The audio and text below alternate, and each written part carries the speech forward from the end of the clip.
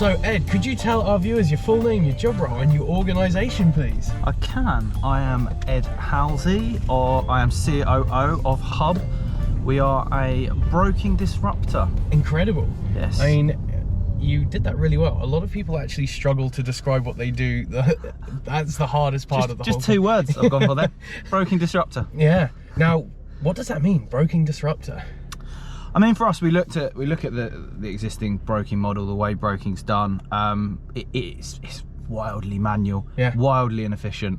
Don't leverage technology enough. Lots of technical debt across the businesses, and what that translates to is ultimately a disconnected customer experience. But it also means that commissions have to be higher to fund all of that. So we saw this opportunity to look at the existing model, and essentially disrupt it, hence broking disruptor, but or challenger broker is the way that we like to look at it as well. But you know, increasingly that's becoming, it's all about our platform. So it's about the platform we've built and what that enables us to do and how it enables us to work with customers to get them the right cover at the best possible price from quality insurers. You see, that's so good, because I think a lot of people are still, when they think of insurance, completely at a loss of what they need, how they need it. There is still that core need for the broker to actually guide them through that. And I mean, with that in mind then, I like to kind of set the scene by asking maybe some of the challenges or maybe the friction points in the industry, to come back to how you guys are creating that perfect platform. And what have been some of the biggest, what do you hate the most in the industry? Oh, hate, such a strong word. Yeah, sorry. I'm on one of those bad chaotic mornings. What do I hate most in the industry, or what leaves me flat? I'm gonna talk about. I think I've always been frustrated at how you know, I'm quite chaotic, and I've always been frustrated at how slowly the industry evolves, how slowly it moves, how much red tape there is around things. Now we're a regulated industry, so some of that is necessary, and I understand that. But other things, it's just been created by kind of backing ourselves into corners. Interesting. So some of the decisions that we've made, and some of the directions that we as an industry collectively have taken ourselves in, and frankly some of the things that have become normalized, that to anyone else it would sound crazy. I don't like the technical debt that we've built, as an industry. I think that's been contributed to by too much merger and acquisition. You know, unfortunately, because of the way the industry works, everyone looks, smells and sounds the same.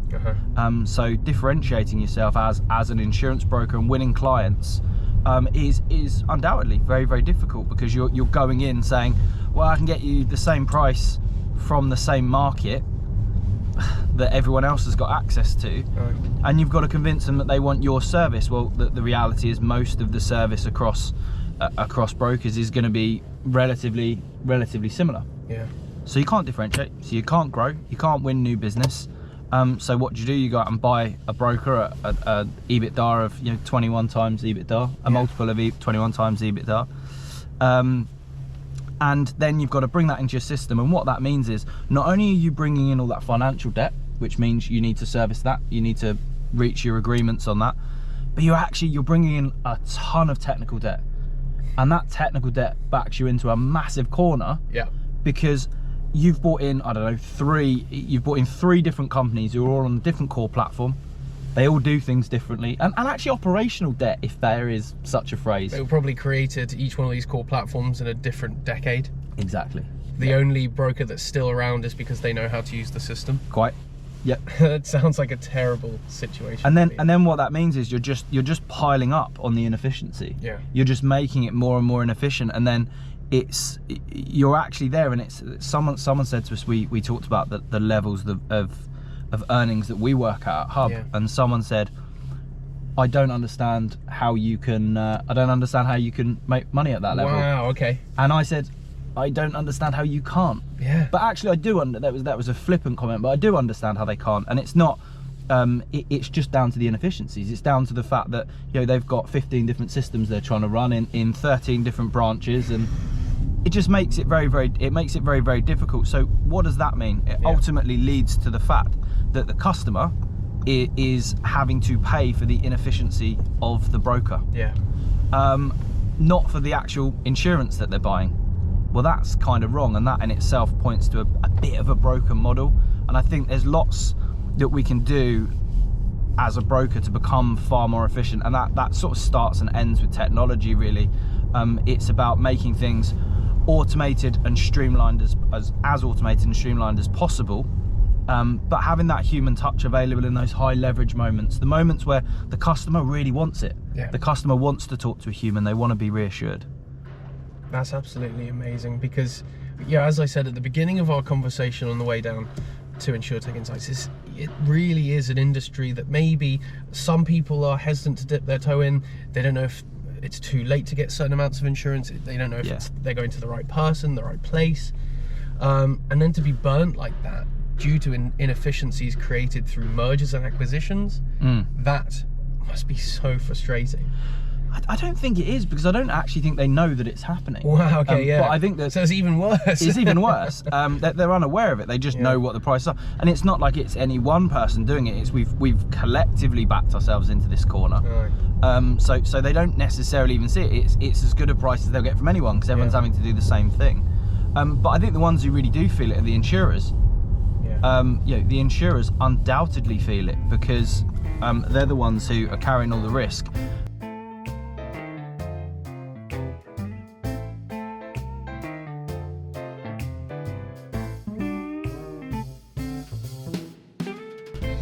To change insurance, to change anything, you've got to be incredibly inquisitive. Yeah. You've got to ask lots of questions. You've got to want to understand it, and you've got to want to problem solve and want to upskill and learn more at all times. Because you're not just fighting customer demands, you're also fighting just the way it has been done for 300 years. 100%. Yeah, it's exactly that. It's customer demands, it's compliance, it's regulatory issues, it's the competitors, it's insurer relationships. It's a really complex beast with lots of moving parts, and you've got to, I think, to start any business, you've got to have that obsessive streak in you, that ability to really obsess over something. If you haven't got that, don't start your own business, because you have to have that brain that can literally sit on 24 hours a day, 7 days a week, that the first thing you think of when you wake up and the last thing you think of before night, when you go to bed at night, is exactly that. What's next for Hubb? Wow, big broad question. I think for us, you know, we will move into a lot broader classes of business. Yeah. And business insurance and helping business owners. That's number one. More efficiency is number two, undoubtedly. We need to make ourselves as efficient as possible so that we can operate at the remuneration levels that we talked about earlier.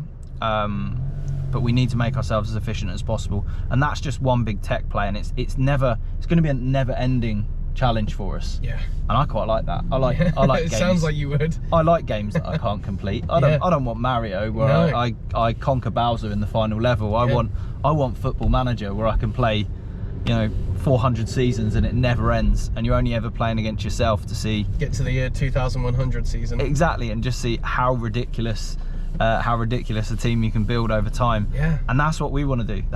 It's that ongoing challenge of, this will never be complete. Whatever comes next, there's 50 things that will come after it.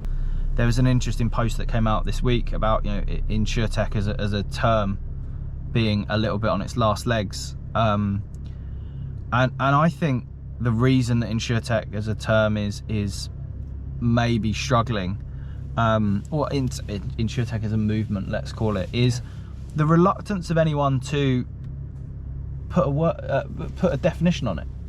And I know, like, this has been done time and time again over years and years, and I've seen all the Twitter threads, and everyone's like, I'm bored of talking about what InsurTech is. We'll put a definition on it then. Yeah. Because we're having this conversation, because words and language are really, really important. Definitely. Really important.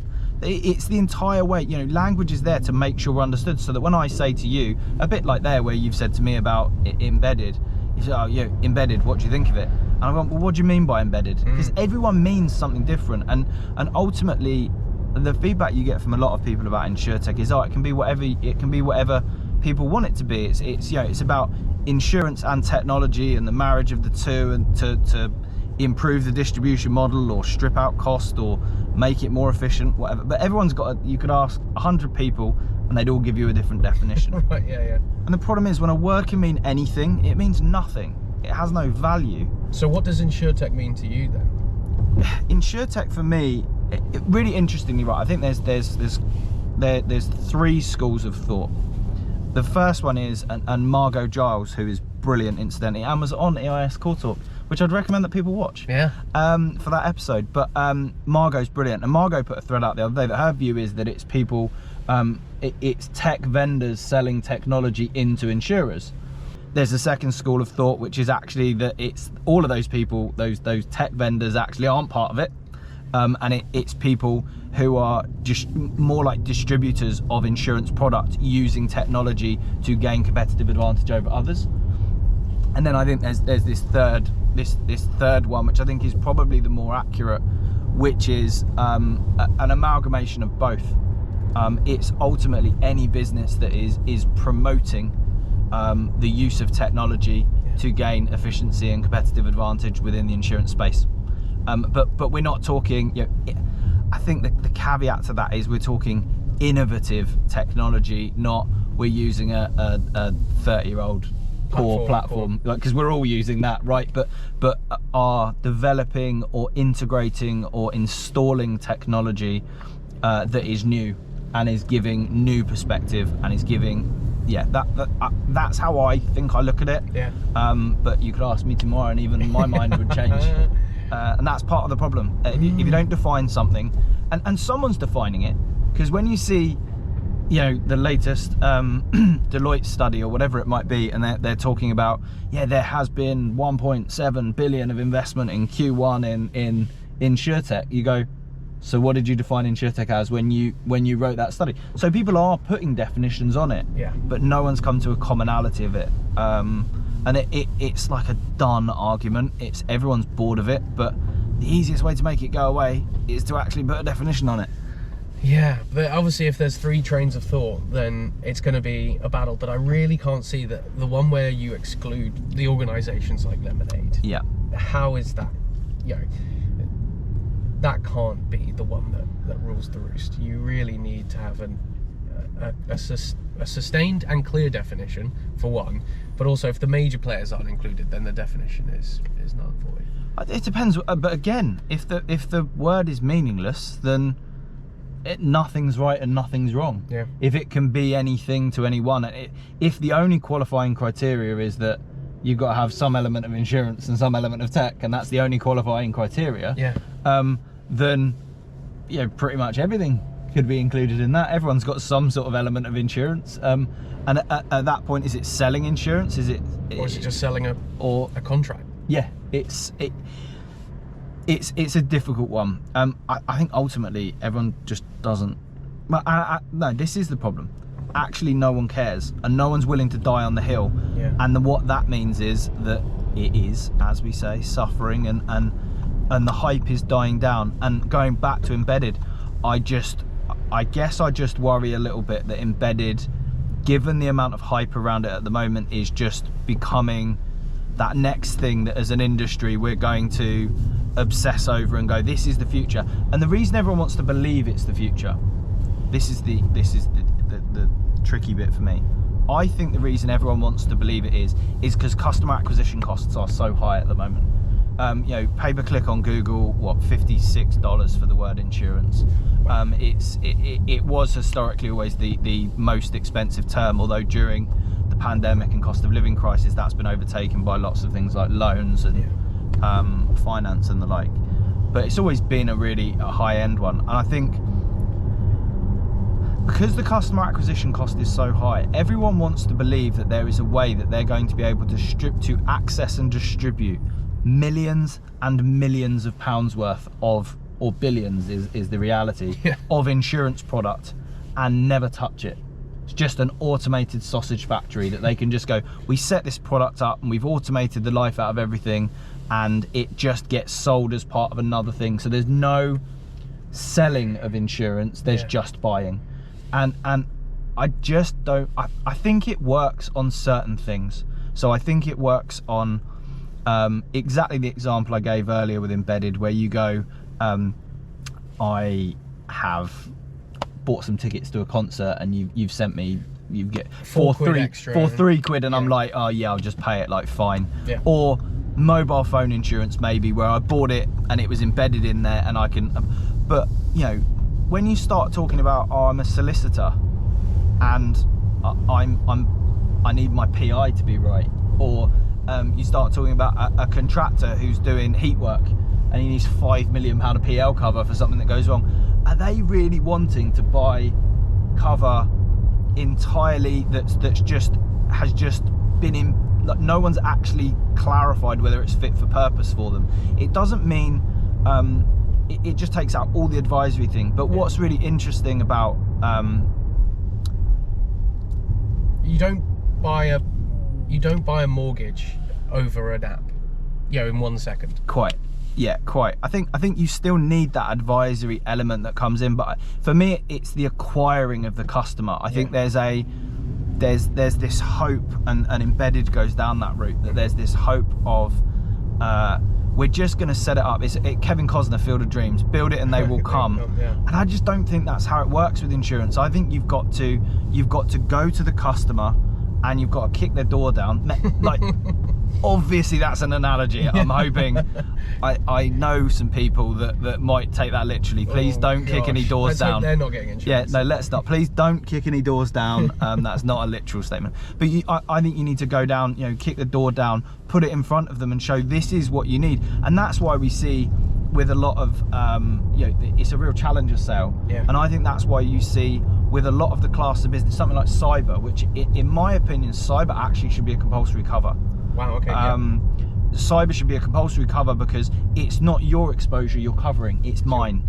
It's when you leak my data and I'm compromised by it, have you got adequate cover in place? So whenever it's someone else's goodwill and someone else who's suffering the damage, I kind of think with that it should be compulsory. But the point is, so many businesses don't have cyber cover because they don't understand it's a risk. They don't truly understand it. And that's what I'm saying about, if you're going, everything starts to go embedded and like that's what we think is the model, they're never getting sold to, they're never getting explained why they need what they need, and they're just getting, here's a policy and we think it's, you know, it's what you need. It will create a lot of customer bad will if they buy these products, they never use them and they don't know what they've bought, and they're like, wait, why did I buy a £5 insurance cover on this product that I actually realise I don't think I ever needed? Yes. And suddenly the insurance industry might be in a worse off kind of position when it comes to customer engagement than it was before.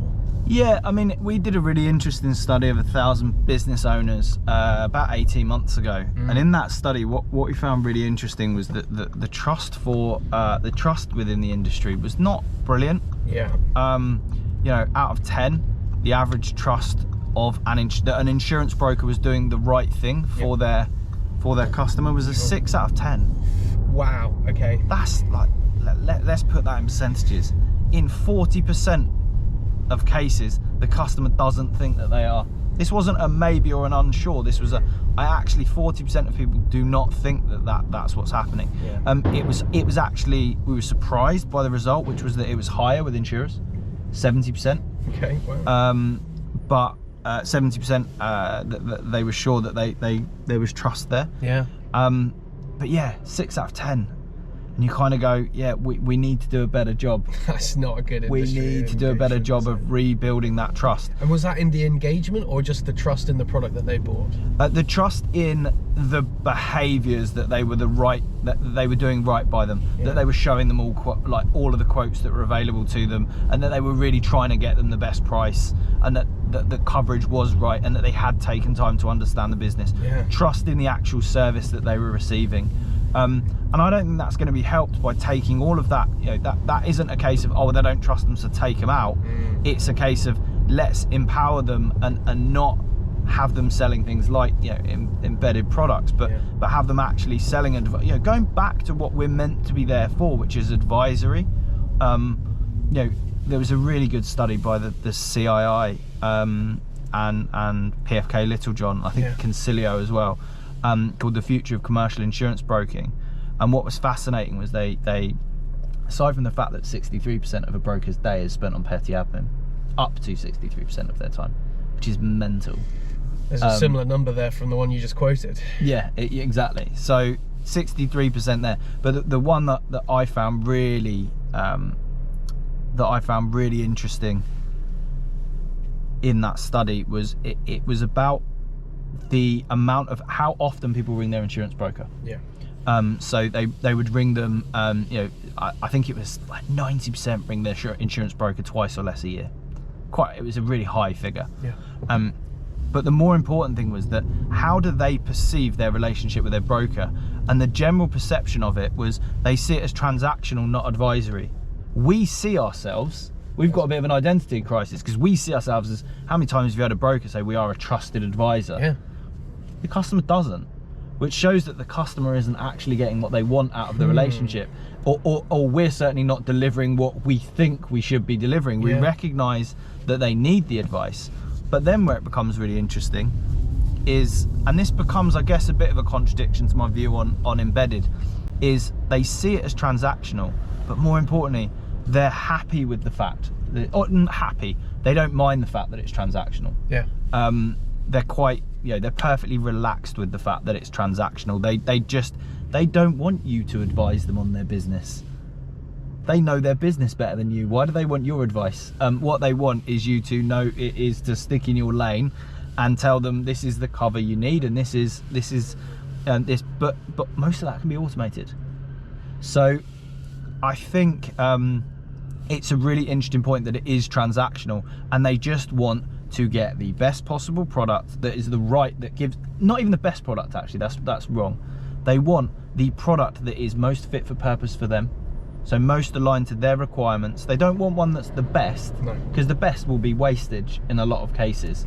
You know, they don't need up to £50,000 of lost key cover, for example, that they're never going to be able to use. Have you ever had some absurd kind of inquiries for any insurance product like that? No, I haven't. We've never. No, I haven't. It kind of illustrates your point in the fact that people only go for, they're like, give me the bare bottom, what I need. Yeah. Stick in your lane. Yeah. I want the cover that I need to protect my interests, at the best possible price, from a reliable insurer, and more to the point. And this is the bit we overlook. And I want you to do it as quickly as possible with as little as my time, because most of these people are, it's not to say they're cash rich and time poor. Some of them are cash poor and time poor, but they're all time poor. And I think when we set up Hubb, we looked at it and we realised that fundamentally, customers only care about two things. And there was Reuters did a study on this and found the same thing. They care about price and cover, and if you can offer more of one without compromising on the other, they'll move. There's no loyalty, nor should there be, because they don't get loyalty in reverse. Their prices don't go down every time they spend another year with the insurer. They go up, and if you don't challenge them, they'll be challenged. They'll continue to go up. So there's no loyalty in reverse. So understandably, there's none from the customer, and they'll move it. They care about price and cover. Now, the one thing I can't, as a broker, can't affect either. Because the cover is what the cover is. The cover is per the terms of the insurer, that's in their hand, and the price is defined by the insurer. So the two things that the customer cares about most as a broker are partially out of my hands. So the only way that I can differentiate, the only way that I can give the customer a better deal than my peers, is to reduce my earnings, to reduce the price of the buy and the insurer. Right back to what we were talking about at the beginning. Exactly. So that's the only way I can do it. So when we set up, we looked at it and went, okay, that's what they care about. That's what they buy on. It's still a price-driven market. We don't want it to be a race to the bottom, but let's look at how can we make ourselves as efficient as possible so that we can do that. So that we're still profitable. So we can take, you know, where other people are taking 30%, we're taking 10%. or we're not taking a commission, we're actually doing it as a fee, based on the amount of work that we think the customer would be. How can we strip all of that out, and how can we base it upon value for money for them, really? And that was the question that we set out with Hubb. How can we give the customer? And then we just started really heavily investigating all of the different technologies that were there. We did lots of little mini POCs of things that we thought were possible. We made an acquisition of a business called Digital Fine Print in December 2021, I think that was. And we made that acquisition. That was a data company, because we thought if we can get loads of data on the customers, it means we can shorten the time, the onboarding time down, the number of questions we have to ask them, which essentially means, rather than our people spending 30 minutes saying, please can you spell that, was that an R or an H? Oh my gosh, the thought of still having to deal with all of that makes my head spin. Quite. So let's get all that data, and let's ask them the questions that really matter, the ones that can't be found from other sources. But ask them the questions that actually matter, and then return our brokers to high value tasks. Return them to advising, to broking, to really understanding the customer's risk. Those high leverage moments, those bits that only humans can do, and where their experience shines through. Even if it's just, actually I could just ask them 100 questions via an online portal. No, let's not. Sometimes they want a human because they want to know why the human's asking that question. They want to understand it. And if you put that advisory piece in, and then you make all of the bits, the petty admin, you make that automated, that's when you get the win. You take that 63% out. Anything that's considered admin, you take that 63% out, and you just align them at high value tasks. Far better. Far better. It speaks to your nature and the fact that you've looked at every instance along the customer journey, and you've said, how can we shave off time or money here? How can we shave off, why is that broker spending far too long doing that then?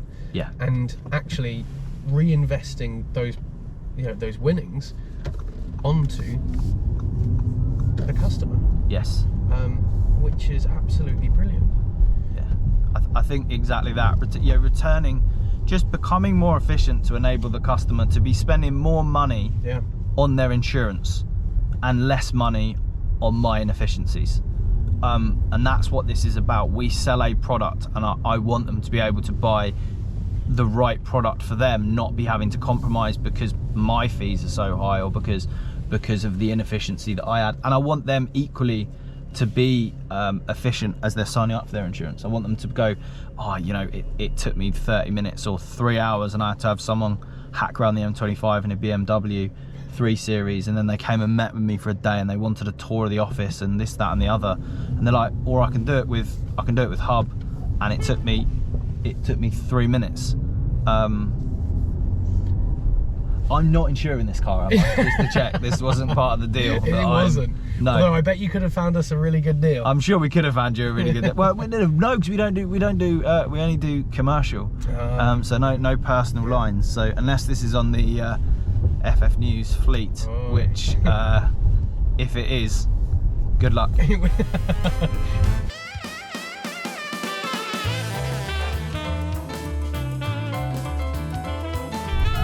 So,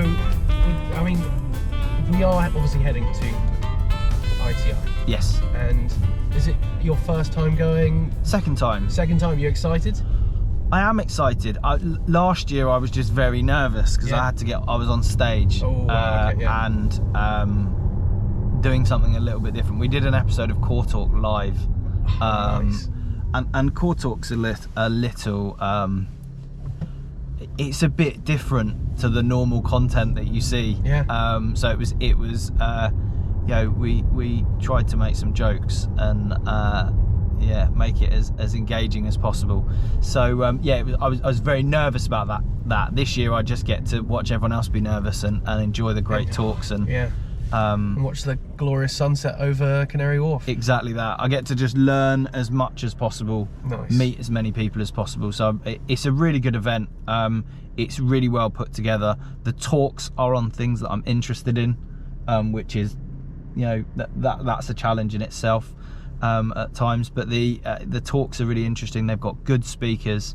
It's a nicely paced event over the 2 days, and any chance to get lots of smart people together in one room, that's a room I want to get myself into, because you can't go to something like, if you go to ITI and events like it and don't learn something, you didn't do it right. Yeah.